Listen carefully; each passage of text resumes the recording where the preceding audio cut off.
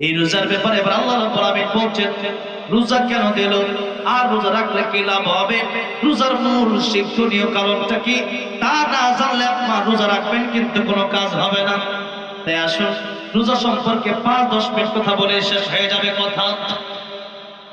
আল্লাহ রাব্বুল আলামিন সূরা বাকারা 183 নম্বর আয়াতে বলছেন ইয়া আইয়ুহাল্লাযীনা আমানু কুতিবা আলাইকুমুস সিয়াম কামা কুতিবা আলাল্লাযীনা মিন ক্বাবলিকুম লাআল্লাকুম তাত্তাকুন।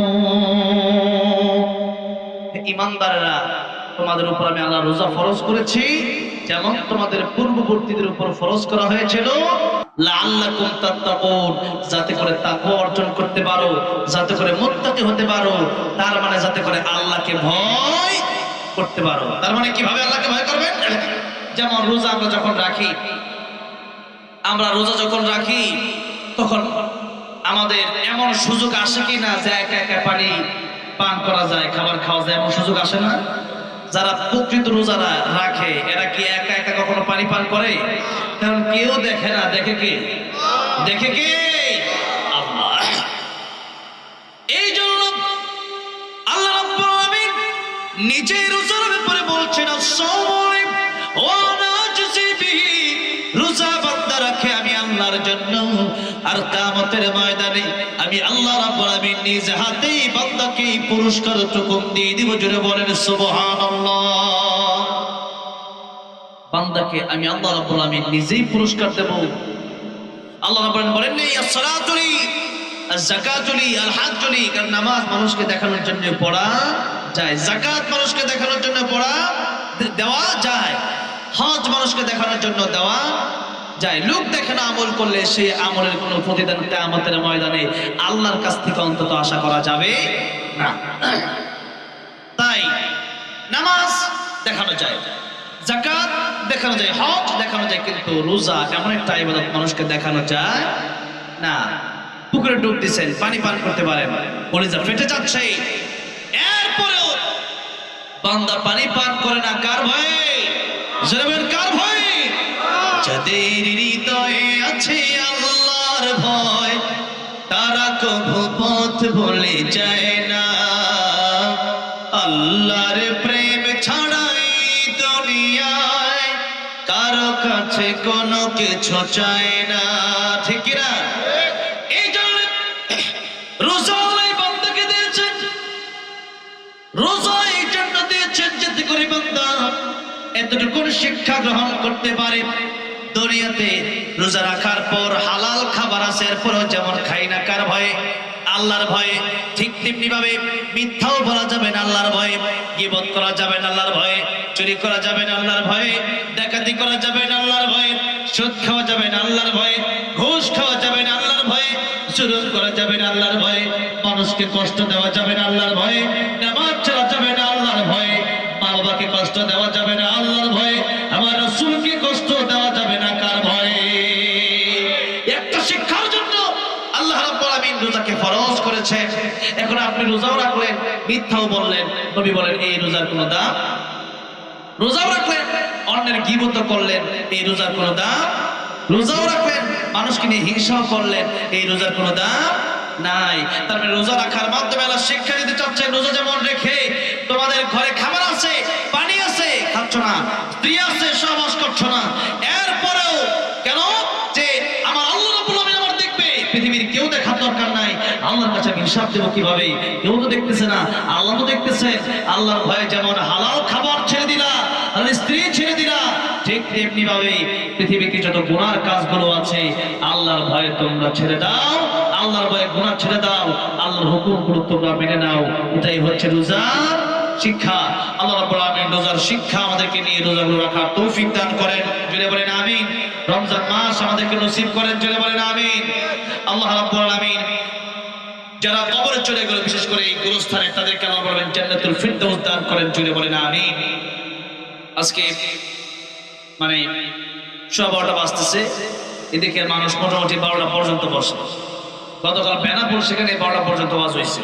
আর এখানে প্রায় 12:30 বাজতেছে, তাই এক দুটো ইসলামের সঙ্গীত আর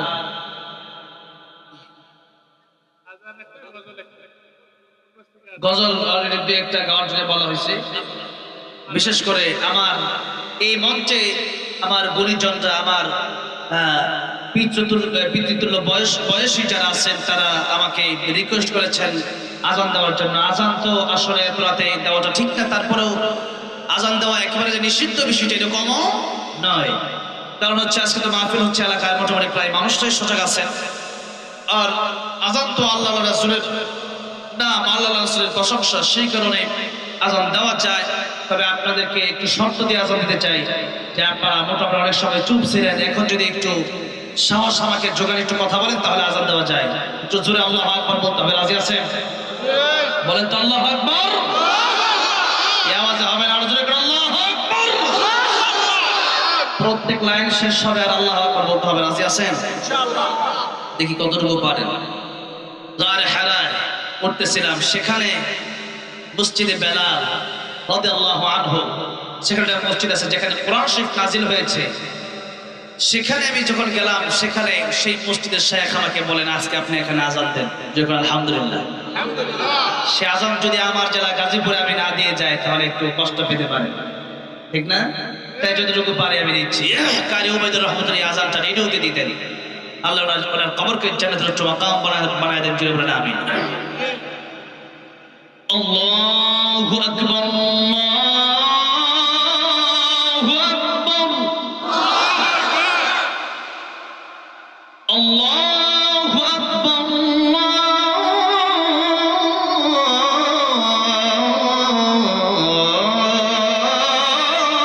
আল্লাহু আকবার। আশহাদু আন্না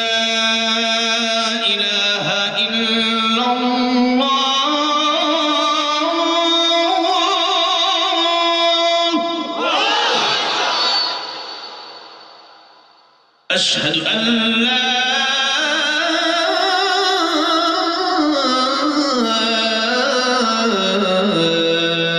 إله إلا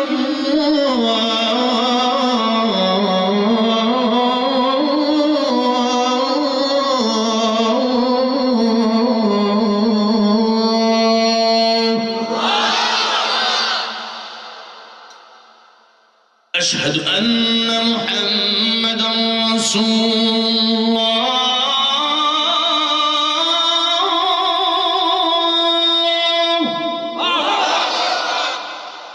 أشهد أن محمدا رسول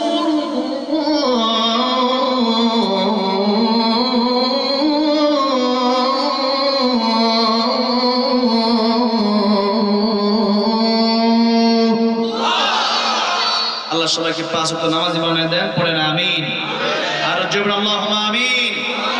এক দুইটা ইসলামী সঙ্গীত গাওয়ার জন্য রিকোয়েস্ট আসছে, আজকে না গাই নাকি? হ্যাঁ, আল্লামা সাইদি তুমি মরণেই। আল্লামা সাইদি রহমাতুল্লাহকে আমরা আল্লাহর কোরআনের জন্য ভালোবাসি। ওনার তাফসীর শুনেই বাংলাদেশের লক্ষ লক্ষ মানুষ টুপিওয়ালা হয়েছে, দাড়িওয়ালা হয়েছে, জুড়ে পড়েন ঠিক না ঠিক?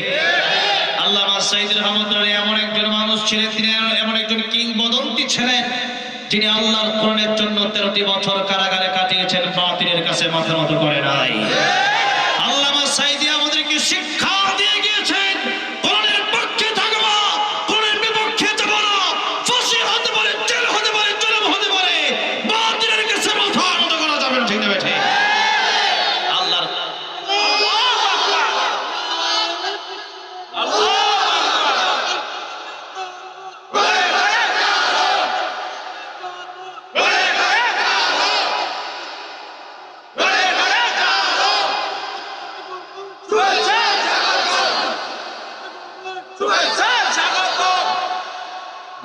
প্রথম স্লোগান শেষে দিয়ে দিয়েছে।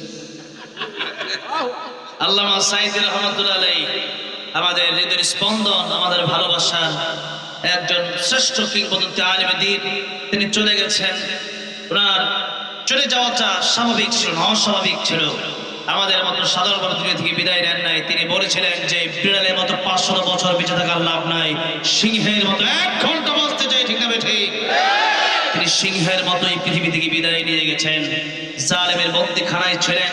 তিনি যখন চলে যান, তার আগে যখন গাজীপুরে শহীদ তাজউদ্দিন মেডিকেলে নিয়ে আসা হয়, তিনি হাসি মাখা চেহারা ছিল, কত সুন্দর। কিন্তু এরপরেই আমি কয়েকদিন আগে এয়ারপোর্ট থেকে ফ্লাইটে এক জায়গায় যাব, আমাকে এয়ারপোর্টের একজন কর্মকর্তা বললেন, আল্লামা সাইদ রহমতুল্লাহ আলাইহি যে ডাক্তারের কাছে নিয়ে যাওয়া হয়েছিল ঢাকাতে, গাজীপুর তো পারে না, কারণ গাজীপুরের মানুষ তাওহীদি মানুষ, কোরআন প্রিয় মানুষ, আলেম প্রিয় মানুষ, ঠিক না ঠিক? এরপরে সেই ঢাকাতে নিয়ে যাওয়া হলো আল্লামা সাইদ রহমতুল্লাহ আলাইহিকে, সেই শাহবাগে সেই কুখ্যাত ডাক্তারের মাধ্যমে ইনজেকশন দিয়ে 20 দিয়ে শহীদ করে দেওয়া হলো। তাই আমি দেখেছি, আল্লামা সাইদি তুমি মরণী, যারা আল্লাহর রাস্তায় যারা জীবন দেয় এরা মরে যায় না, শহীদ হয়ে যায়, ঠিক না ঠিক? তাই আমি দেখেছি, আল্লামা সাইদি তুমি মরণী, শহীদ হয়েছ তুমি এটাই জানি, ঠিক না ঠিক? আল্লামা সাইদি তুমি মরণী, শহীদ হয়েছ তুমি এটাই জানি, শহীদ হয়েছ তুমি এটাই জানি। কারাগারে কাটালে 13টি বছর, বাতিলকে পেছে তোমায় দেখে থরথর। কারাগারে কাটালে 13টি বছর, বাতিলকে পেছে তোমায় দেখে থরথর। তুমি যে ছিলে মুদের নয়ন মনি, শহীদ হয়েছ তুমি এটাই জানি। আল্লামা সাইদি তুমি মরণী, শহীদ হয়েছ তুমি এটাই জানি। দেখা তো হবে না আর এই জীবনে, দেখা হবে জান্নাতে ফুল বাগানে। এই আশা কবুল করো আল্লাহ তুমি, পড়ে না আমি, এই আশা কবুল করো আল্লাহ তুমি, শহীদ হয়েছ তুমি এটাই জানি। আল্লামা সাইদি তুমি মরণী, শহীদ হয়েছ তুমি এটাই জানি, শহীদ হয়েছ তুমি এটাই জানি। আল্লামা সাইদির কবরকে জান্নাতুল উচ্চ মাকাম বানায় দেন, জুড়ে বলেন আমিন। আল্লাহ আমাদেরকে শহীদ মৃত্যু দান করেন, জুড়ে বলেন আমিন। মোনাজাত হবে। অনেকে দোয়া চেয়েছেন, অনেকের মা, অনেকের বাবা পৃথিবী থেকে চলে গেছেন, পরকালে কবরবাসী হয়ে গেছেন, তাদের জন্য আমরা মোনাজাত করবো।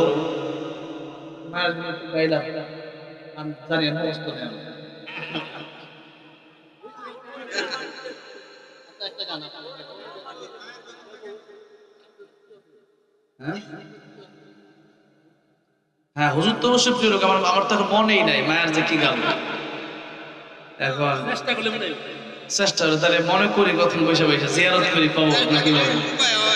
হ্যাঁ, চেষ্টা করলে হবে। দেখি ওই একটা মনে পড়ে গেছে, মরা হলো কেমন মনে পড়ে গেছে, কি দোয়া কাজে লেগে গেছে আসলে আমাদের না। তারপরে মানে এখানে যারা আছেন তারা তো আসলে আল্লাহ মানুষ, দোয়া কাজে লেগে গেছে, ঠিক না ঠিক? গজল গাই লিখে, আর আজকে অনেক মায়েরা এসেছেন, প্যান্ডেলে আমার জায়গা নাই, ঠিক না? সেই হিসাবে আমার ভাই বলছে আর কি, তোমার স্মৃতি আজ বারে বারে কেন যে পড়ছে মনে,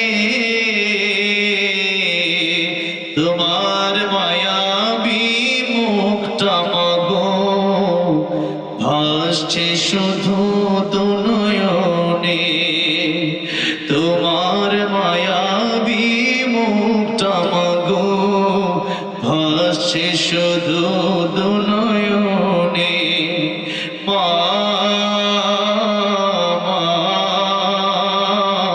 ফিরে কি আর আসবে না, মা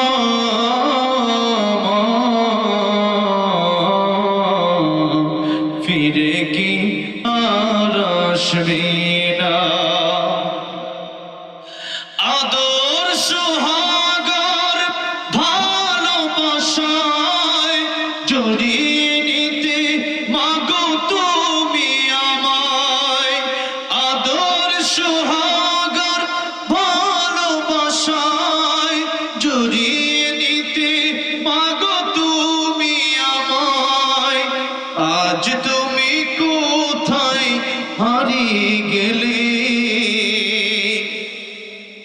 আজ তুমি কোথায় হারিয়ে গেলে,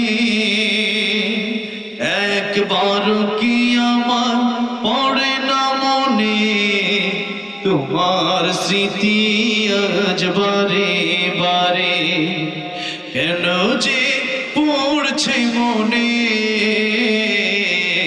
তোমার মায়াবী মুখটা মাগো, ভাসছে শুধু দুনয়নে তোমার মায়াবী মুখটা মাগো, ভাসছে শুধু দুনয়নে। ও বোঝে মন সদা খোঁজে তোমাকে, কি করে বোঝায় আর পাবে না আমাকে। ও বোঝে মন সদা খোঁজে তোমাকে, কি করে বোঝায় আর পাবে না আমাকে।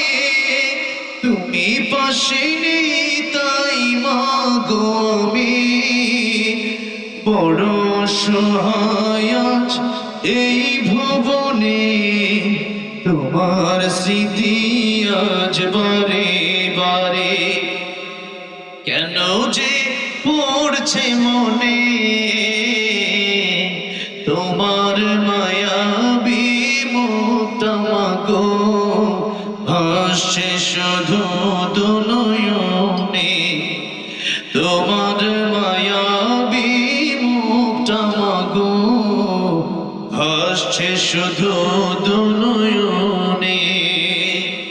আল্লাহ যাদের মা নাই, যাদের বাবা নাই, তাদের কবরগুলো জান্নাতের বাগান বানায় দিও, জোরে বলেন আমিন। যাদের মা বাবা আছে তাদের খেদমত করার তৌফিক দিও, জোরে বলেন আমিন। মা বাবার খেদমত করে আল্লাহ খুশি হবে। আল্লাহ আজকের মাহফিল কবুল করেন, মঞ্জুর করেন, এই এলাকায় আল্লাহর খাস রহমত বরকত আল্লাহ নাজিল করেন। আল্লাহ রাব্বুল আলামিন যারা আয়োজন করলেন তাদের কষ্টগুলো কবুল আর মঞ্জুর করেন, জোরে বলেন আমিন।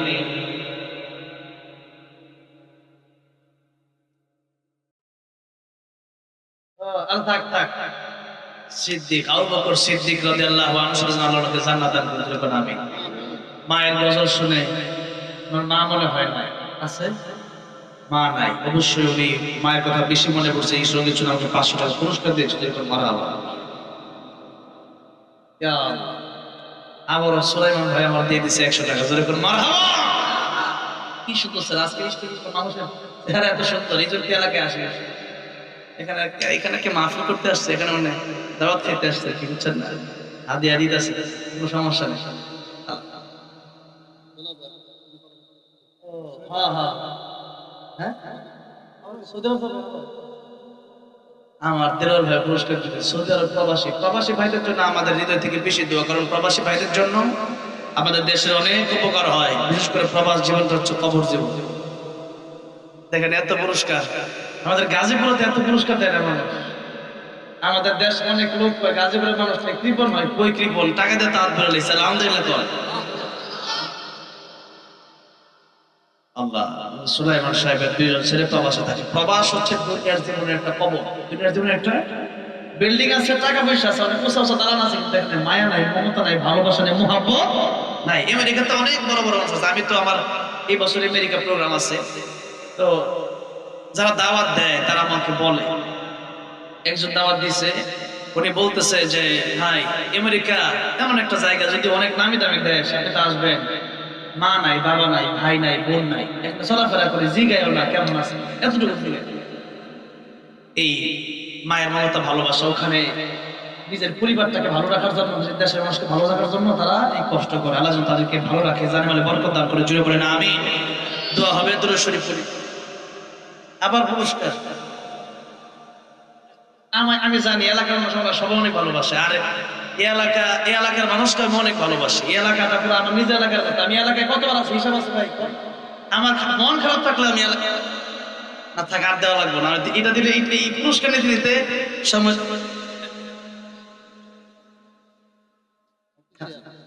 হ্যাঁ কেশের সাহেবের সাথে আমার অনেক আগে থেকে সম্পর্ক, এবং ওনার ব্যবসা বাণিজ্য আল্লাহ বরকত দান করেন, জোরে বলেন আমি। এখানে ওনার মানে একটা দোকান আছে, উনি খুব মহব্বত করেন আমাকে, অনেক আগে দাওয়াত দিয়েছে, আমার অনেক আগে দাওয়াত দিয়ে খাওয়াইছে, দাওয়াত দিয়ে খাওয়ানো অনেক আগেই শেষ। আলহামদুলিল্লাহ।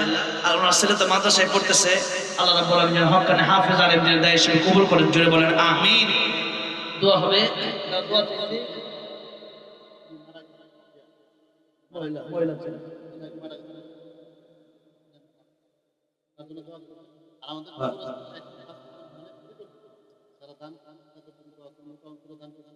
আলহামদুলিল্লাহ। রাবেয়া বেগম,